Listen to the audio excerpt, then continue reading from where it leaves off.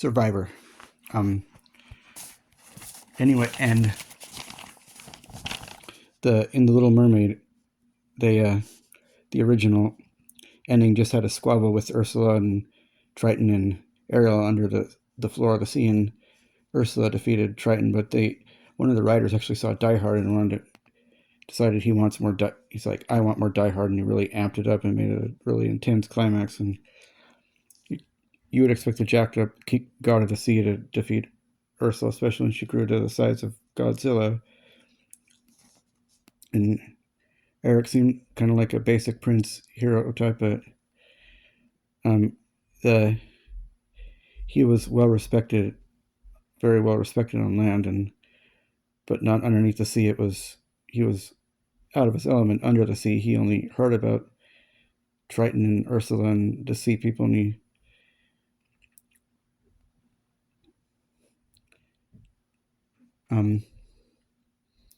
when it looks like it's helpless when Ursula creates the whirlpool and he's able to climb onto a sunken ship, and of course he uses skills as a mariner. And action survivors we here have average to toned bodies, and you'd expect the jacked up king of the sea versus a 18-year-old kid who well, he looked much older, and he was shown to be rather strong for his thin physique, his slender physique that a lot of Disney princes had. And yeah, some 18-year-old kid from the land who had never been in Atlantica saves the kingdom and the king of the sea.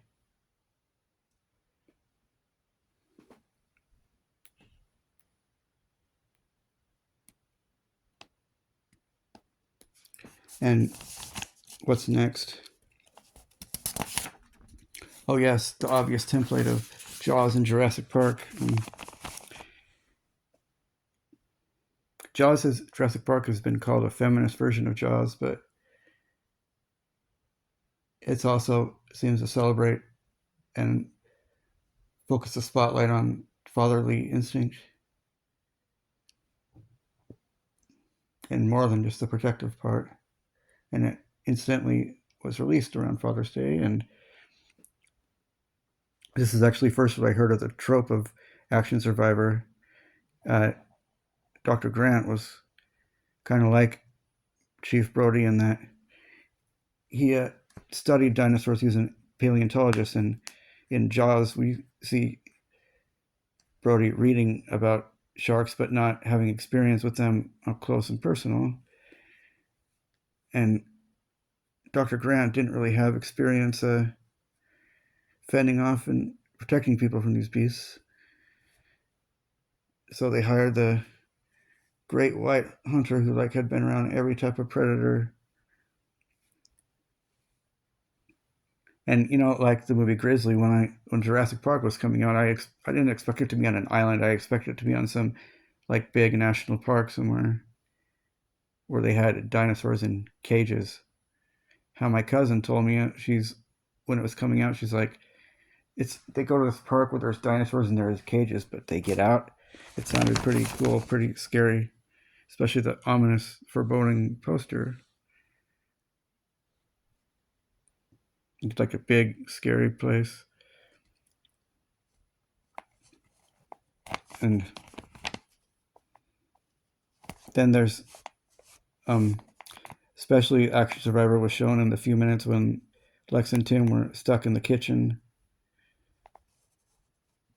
They were just in the right place at the right time and had the right objects and places to protect themselves and lure the dinosaurs that the Great White Hunter wasn't in, and they weren't being lured by a second raptor that they didn't know was there. They saw both of the raptors.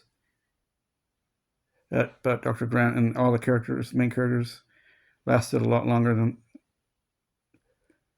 the Great White Hunter, but in the very end, they were all cornered, and one of the biggest Deus Ex Machinas was, of course, the T-Rex coming in. And attacking the raptors so they could run away.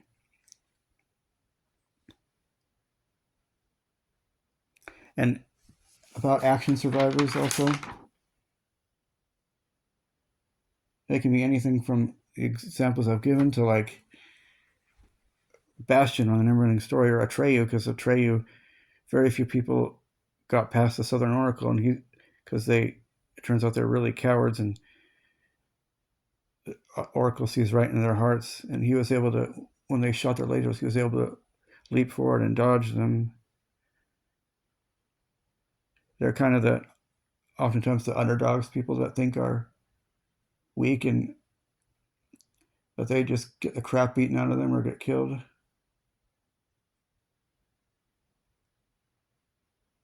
Or that they're too naive and don't have the experience to survive a disaster like volcano, tornado, disaster at sea, shipwreck, or wild predators on the loose.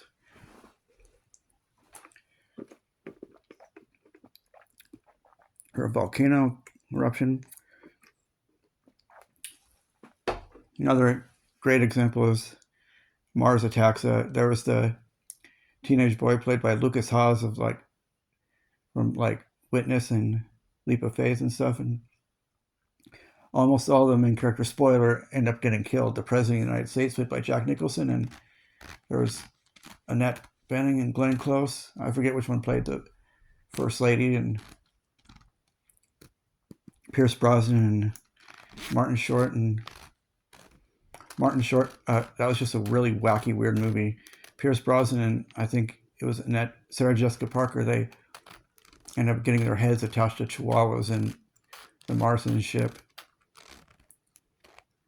But most of the cast members die, but it's that the teenage boy was seen as the black sheep in his family and like someone who wasn't going to amount to much, but he was just a good-hearted kid and who cared about his grandma, and he was at the right place at the right time, and he saw that the music his grandma was listening to made the Martian's head explode, and they just decided to broadcast it all around the world to save the world.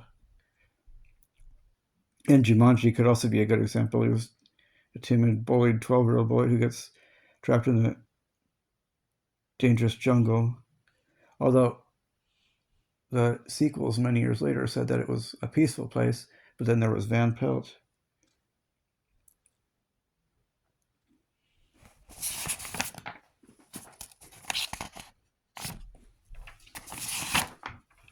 Now, another Michael Crichton movie that's kind of similar, but with gorillas and hippopotamuses instead of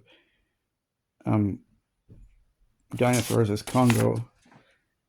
These are crappy pictures, but it might be a while before my printer works again.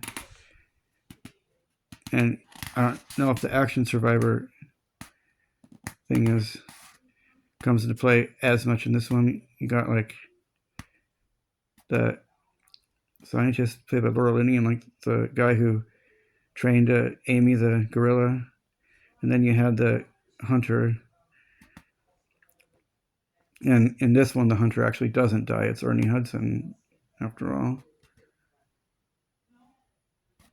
But then there's the character played by Tim Curry, who was kind of a bad guy, but not the bad guy necessarily. He was just obsessed with finding this lost city. And spoilers, they find a lost city later in the movie, and he ends up getting killed.